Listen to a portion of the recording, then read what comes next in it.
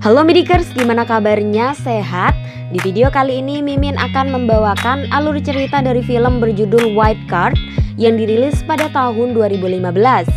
Jadi film ini berkisah tentang seorang mantan prajurit bayaran dengan skill bertarung di atas rata-rata, di mana ia mampu membunuh mangsa-mangsanya tanpa senjata apapun. Suatu hari ia tak sengaja berurusan dengan seorang mafia Italia dan sangat berbahaya. Penasaran bagaimana keseruannya? Ini dia kisah selengkapnya. Berlatar di Las Vegas, film bermula ketika seorang laki-laki sedang bersantai di sebuah bar, disusul kedatangan seorang wanita molek yang cukup seksi, yaitu Doris. Pria itu bernama Nick Wilde. Entah apa yang akan dilakukan olehnya, tapi saat ini Nick sedang menatap Doris dengan tatapan yang tajam. Tak lama seorang laki-laki bernama Osgood menghampiri Doris, di mana Osgood sendiri terlihat seperti kekasih Doris yang saat ini sedang berusaha melamarnya. Namun Doris terlihat trauma setelah 3 kali menjanda akibat kegagalan pernikahan sebelumnya. Saat mereka berdua sedang berbicara serius, Nick tiba-tiba menghampiri Doris untuk mengajaknya berdansa. Doris pun kesal karena pembicaraan seriusnya diganggu oleh Nick. Hingga disitulah Osgood bersikap seperti gentleman untuk melindungi Doris. Sebelum terjadi kekacauan yang lebih besar, Doris pun mengajak Osgood untuk keluar. Namun sepertinya Nick belum puas menggoda dua sejoli itu hingga sempat terjadi perkelahian antara Nick dan Osgood disaksikan oleh Doris dari dalam mobil. Nick terlihat terlalu pasrah dan nampak mengalah mendapatkan pukulan dari Osgood. Melihat Osgood yang berani, perkasa dan jago adu jotos, Doris pun luluh kepada Osgood. Scene berganti memperlihatkan seorang wanita bernama Holly tidak pakai shit yang terlihat sedang dilarikan ke rumah sakit. Kondisi Holly sangat kacau dengan luka dan memar di sekujur tubuhnya. Saat dokter menanyakan pelakunya, Holly dengan sisa tenaganya terus memanggil nama Nick berulang kali. Nick sendiri adalah seorang mantan tentara bayaran yang dengan julukan Wild yang artinya liar. Seperti namanya yaitu Wild, dia terkenal sangat liar dan tak kenal ampun saat bertarung. Saat ini Nick bekerja sebagai konsultan keamanan bersama seorang pengacara gemoy bernama Pinky. Yang ini pengacara gemoy ya, bukan capres gemoy. Tak lama seorang calon klien bernama Cyrus Kinnick mendatangi Nick. Cyrus mengaku sebagai pemain judi profesional yang akan beraksi malam ini. Untuk itu, Cyrus meminta pengawalan dari Nick malam ini. Cyrus mengatakan bahwa seorang temannya merekomendasikan jasa Nick untuknya karena jasa Nick cukup tidak terkenal. Cyrus pun jadi penasaran seberapa hebat si Nick ini. Sebenarnya melihat wajah Cyrus yang cukup awet muda, Nick merasa bahwa dirinya tidak mungkin seorang judi profesional. Sepulang dari kantor, Nick menemui Osgood di mana ternyata kejadian di bar waktu itu sengaja dilakukan oleh Osgood untuk menarik perhatian Doris. Saat ini karena Doris telah luluh kepadanya, Osgood berniat memberikan uang selamatan karena tanpa bantuan Nick, Doris tak akan dengan mudah didapatkan. Disinilah kita baru tahu bahwa sebrutal apapun Nick, seberapa jahatnya ia tidak pernah memeras kliennya.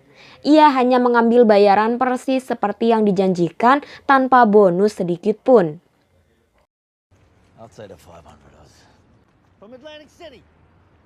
Nick pun lanjut ke sebuah kafe sambil iseng menguping pembicaraan pasangan kasmaran di mana Nick sudah menebak akal bulus si pejantan yang akan mengajak si betina untuk ngecas. Salah satu waitress di sana yang tak lain adalah teman Nick sendiri mengatakan bahwa Holly meminta Nick segera mendatangi rumahnya.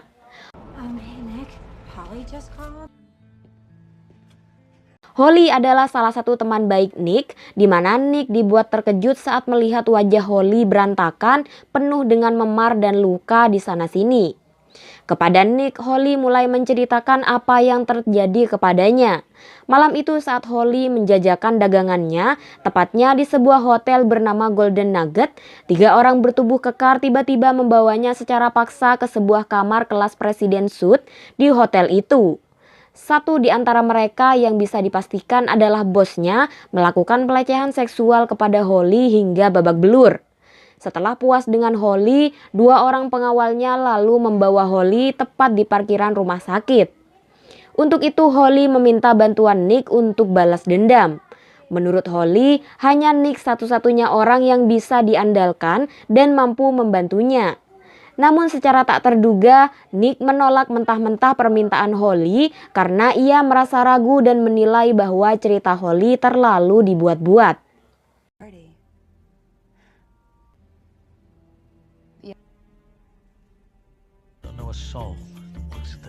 Meski terlihat tak berperasaan di depan Holly, Nick yang sebenarnya baik hati itu diam-diam mendatangi seorang kenalan yang bekerja di hotel tersebut, yaitu Millicent, untuk mencari tahu tentang identitas orang-orang yang telah melecehkan temannya. Rupanya pria itu bernama Danny DeMarco, putra tunggal dari seorang mafia di Italia. Millicent memperingatkan bahwa akan sangat berbahaya jika Nick sampai berurusan dengan Danny. Karena itu Nick memilih menyembunyikan fakta itu dari Holly. Namun Holly yang sudah mengenal Nick sejak lama tahu bahwa Nick pasti sudah mendapatkan informasi. Holly kekeh untuk balas dendam kepada orang itu setelah perlakuan keji yang ia alami waktu itu.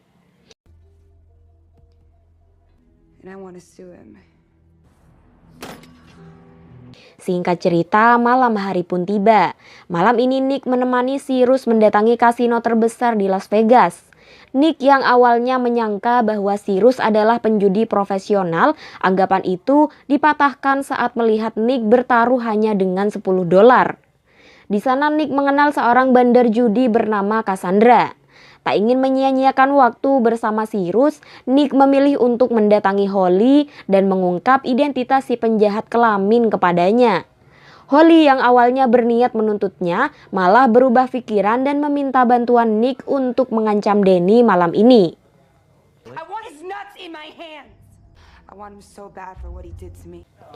Nick yang awalnya tidak percaya pada Holly tiba-tiba berubah pikiran dan mendatangi kamar Danny.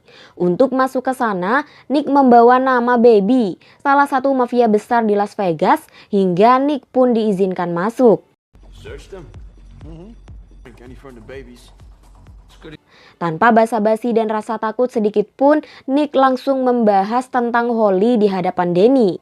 Awalnya Danny hanya mengira bahwa Nick mendatanginya demi uang sehingga Danny tak terlalu memperdulikannya dan memintanya agar diseret keluar. Lalu disinilah Nick baru unjuk kebolehan. 2 pengawal Danny pun menjadi sasaran empuk bagi Nick, disusul dengan Danny sendiri yang bahkan tak bisa menandingi Nick dengan pistol di tangannya.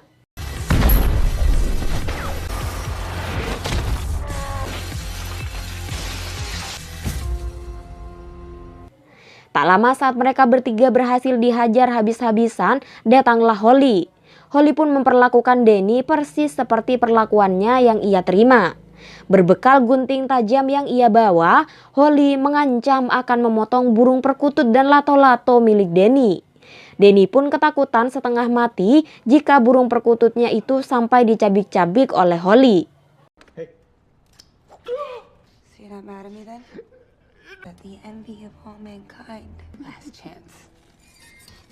Seperti yang kita lihat, nampaknya Holly masih memiliki hati nurani.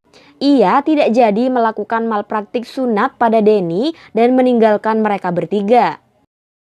Sadar bahwa mereka telah mengusik ketenangan orang yang sangat berbahaya, mereka berdua memutuskan untuk pergi dari Las Vegas berbekal uang yang sempat ia ambil dari Danny.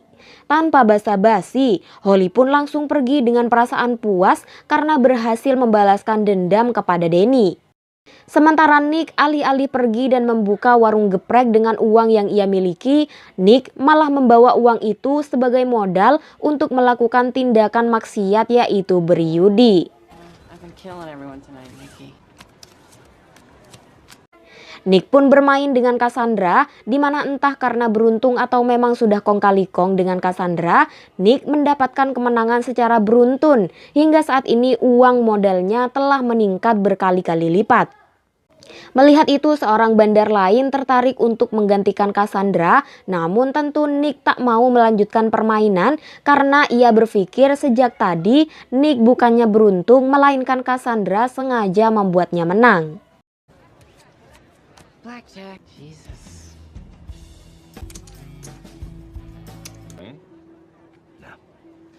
Selang beberapa waktu, Nick pun mulai berubah pikiran dan husnudzon bahwa barangkali hari ini dirinya memang sedang hoki.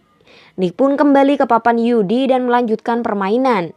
Dan ternyata firasat Nick sangat tepat.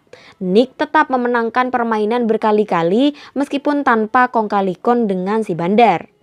Manajer kasino pun mulai panik dengan permainan Nick yang jika dibiarkan, bisa-bisa seluruh uang di kasino itu akan berpindah ke kantong Nick.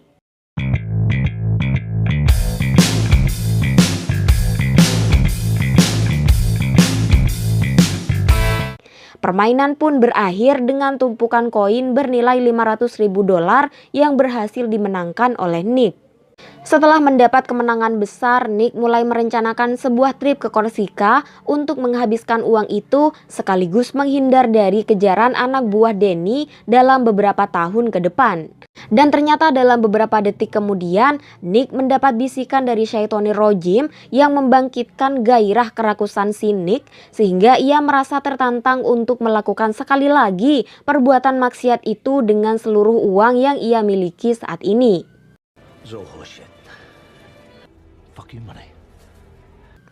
Ditemani Cyrus, Nick pun mendatangi sebuah meja istimewa yang disambut oleh Cassandra sebagai bandarnya.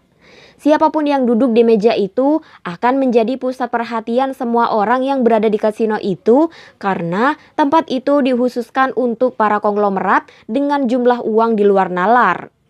Nick yang tidak ingin menyia-nyiakan hari hokinya dan optimis bahwa ia bisa mengandalkan uang yang ia miliki menjadi berkali-kali lipat.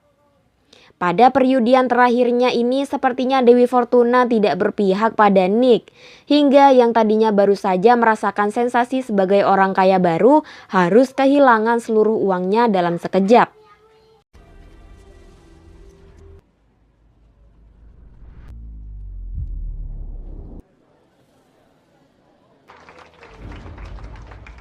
Setelah kekalahan besarnya, bukannya menyesal bertobat lalu kembali ke jalan yang benar, Nick malah berusaha menenangkan diri dengan minum beberapa botol oplosan sehingga kesadarannya pun ikut melayang. Saat tersadar, Nick sudah berada di sebuah ruangan bersama Cyrus. Rupanya Cyrus ini adalah seorang konglomerat muda. Ia juga telah menyelidiki latar belakang Nick dan kemampuan Nick sejauh ini. Sebenarnya tujuan Cyrus menyewa Nick hanya untuk melatihnya menjadi pemberani sepertinya, karena Cyrus takut menua sebagai pengecut.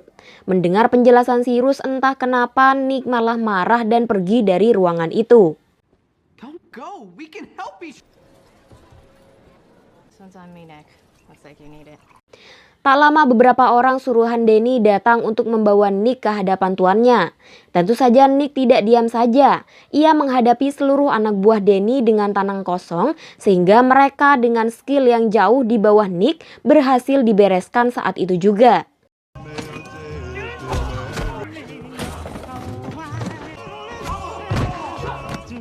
Lalu tak lama dengan sukarela Nick mengikuti seseorang yang ternyata adalah anak buah dari Baby. Baby sendiri adalah seorang mafia besar di Las Vegas yang berteman baik dengan Nick. Baby juga memiliki hubungan baik antar sesama mafia dengan Danny. Dan inilah sebenarnya tujuan Baby memanggil Nick adalah untuk membahas insiden di kamar hotel Danny waktu itu. Singkat cerita, Baby membawa Nick bertemu dengan Danny. Disitulah Danny mulai mengarang cerita bahwa Nick masuk ke kamarnya lalu menghajar Danny dan dua pengawalnya. Tak hanya itu, Nick juga mencuri uang Danny lalu menembak dua pengawal Danny. Mendengar penjelasan itu, Baby meragukan kebenarannya. Karena Baby sendiri sangat mengenal skill bertarung Nick yang bahkan tidak membutuhkan senjata apapun untuk membunuh seseorang. Lalu Nick mempermalukan Danny dengan meminta Baby untuk melihat burung perkututnya yang telah terluka akibat goresan gunting rumput dari Holly. Dengan itu, Baby pun tahu bahwa sebenarnya Danny lah yang bersalah dalam kasus ini. He could kill you with this. It's a small but definite cut. Now you may go. Kini Nick mulai kebingungan. Ia tahu bahwa Danny tak akan menyerah dan pasti terus memburunya, sementara Nick tak punya uang sepeser pun untuk pergi dari Las Vegas. Untuk menenangkan pikirannya yang sedang semrawut, Nick mendatangi kafe langganannya yang secara tiba-tiba Cyrus menghampiri Nick di kafe tersebut. Melihat seorang Nick saat ini, Cyrus jadi sadar bahwa setiap orang di dunia ini punya rasa takut. Cyrus sadar bahwa yang perlu ia lakukan hanya percaya pada dirinya sendiri dan mengikuti apa yang ia impikan tanpa mempedulikan omongan cocok-cocok tetangga. Untuk itu Cyrus memberikan hadiah berupa tiket ke Korsika lengkap dengan cek sebesar $500.000 untuk Nick. Meski telah mendapat hadiah uang kaget dari Cyrus, bukannya bahagia, Nick malah terlihat gelisah karena ia tahu bahwa nyawanya sedang diincar oleh Danny. Lalu benar saja, beberapa saat kemudian Danny bersama anak buahnya datang untuk membunuh Nick. Untuk membantu bestinya itu, Cyrus mencoba mengalihkan perhatian Danny sehingga Nick berhasil melarikan diri dari kafe itu dalam sekejap.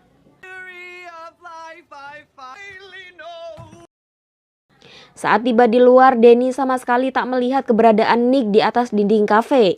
Saat adrenalin dan keberanian Nick sudah sampai di puncak, Nick pun nekat melompat dan menghadapi anak buah Danny yang lengkap dengan senjata api, sementara Nick hanya berbekal alat makan yang tak sengaja ia bawa dari kafe.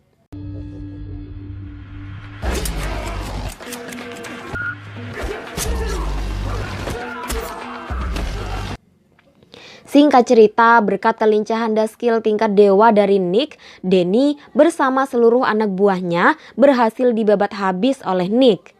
Sesaat sebelum pergi, Cyrus memaksa Nick agar menerima hadiah uang kaget darinya. Berbekal uang tersebut, Nick pun meninggalkan Las Vegas untuk selamanya, dan disinilah film pun berakhir.